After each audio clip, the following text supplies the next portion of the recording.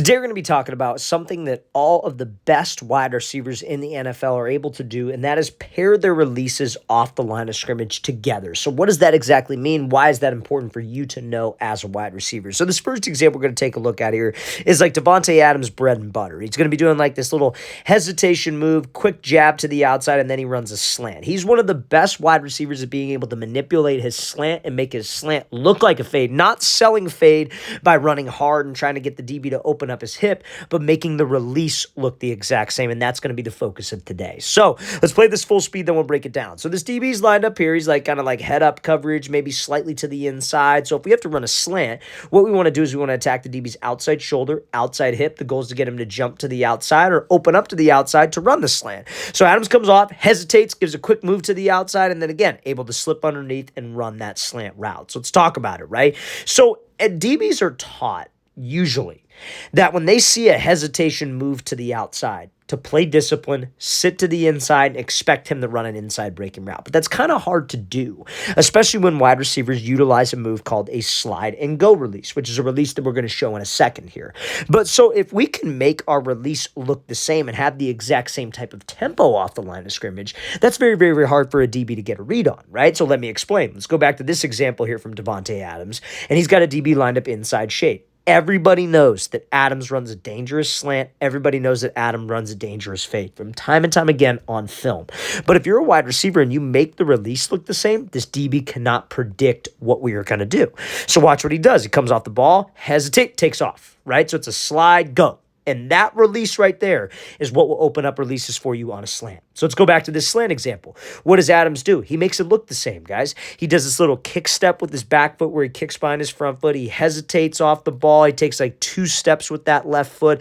It's the same tempo. He's attacking on the same exact angle. And that's what gets that DB to jump to the outside, you guys. A lot of people think that they got to know like 5 to 10. They got to know like 10 to 12 different press releases that they got to use. And they got to use all 10 of them. And they just pick out of a hat when they come up to the line of scrimmage. Guys, you could get away with knowing about 3 to 6 press releases, right? You always want to be adding new tools to your tool belt, but you could literally get away with having 3 to 6 releases, making them look the same, and then being able to get separation on this. Now, I know what some of you are thinking. Well, what if I'm not running a slant? What if I do that slide and go, and this DB thinks that it's a slant, and he jumps to the outside? What do I do in that situation? And we're going to talk about that, okay? So now, before we get into that, though, fellas, if you're a wide receiver and you guys would like an elite wide receiver training package, an off-season workout schedule that you can follow, check out that very first link in the description below. What you'll get access with our elite wide receiver training package, too, is an 8-week daily on-field schedule, gym schedule, and a 1-month-long speed training schedule. So we break down Monday you're doing this, Tuesday you're doing that, Wednesday doing this. We give you the exact sets and reps and video examples of each on-field route running, catching, press release drill you can do. And we give you examples of each gym exercise that you're doing and video examples of each speed drill that you're going to be doing in speed exercise. So guys, this is all-in-one package for wide receivers to improve their skills this offseason and this summer. So if you guys would like a 2-month training schedule, fellas, check out that very first link in the description below. Again, very first link in that description below. Let's get back to this video. So now, like we said, guys, what if we have to run a fade route and this DB's inside shade? Now he thinks we're running a slant. This is where it can get fun. So if you come off the ball, a great receiver is always great at reacting. A lot of times people feel like they're married to a press release. Like, oh, well, if I decide to do a press release when I come up to line of scrimmage, remember we talked about it. You could get away with knowing about 3 to 6 different press releases. A lot of guys think, oh, I come up to line of scrimmage, I pick a press release based on the DB. That's what I'm doing. It can't change. That's how I'm running the route. That's not how we want to go about it, guys. A great receiver is great at reacting. It's like basketball, guys. You're dribbling down the court. You want to do one move. A defender jumps another way. You cross over and go the opposite way. At the end of the day, it's football, fellas, and we're playing football. We're playing fast, and we're just reacting. That's why it's always good as a receiver to work reactionary drills. I'll do a lot of tennis ball work with my receivers where I have them, like, I'll set up like a hurdle. I'll have them run at a hurdle. I'll be standing behind the hurdle, and I'll toss a tennis ball in one of 2 directions, and they have to react and go get the tennis ball. It trains that, like, reactionary reflex, in a sense, for situations like this, right? So let's say we do this little slide to the outside, but that DB expects that it's a slant, and he jumps to the outside. If it's not an MOR, and for those of you that don't know what an MOR MOR is, and MOR means a mandatory outside release.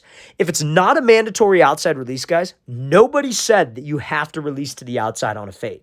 So if this DB wants to get greedy and wants to jump it, cool. I'm going to put the brakes on with my outside foot and just take the inside release. That's the great part about this release, guys, is that you could play off of this DB any way you want. He could sit inside, you do a little hesitation skip, and you can give a hard jab to the inside, maybe get a little creative with it. You hesitate and he sits there, you just beat him with speed if you know he's faster. You hesitate like this and he jumps, you could just put the brakes on and take the inside release on a fade. Like, let me show you the next example, right? Like, let's say Adams right here had to run a fade, hesitates off the ball, and that DB jumps and takes it away. Bam, I put the brakes on just like this, and instead of running a slant, he goes right past hip to hip with him, takes the inside release and stacks, and now we got him on a fade ball over the top. So guys, your releases have to look the same because it makes you unpredictable, but it also can set you up for any route based off of how the DB plays. How we operate off the line of scrimmage is not based off of a predetermined thing. We determine what release I want to do based off of the DB pre-snap, but post-snap, that's how I react, and my releases have to set up that type of reaction.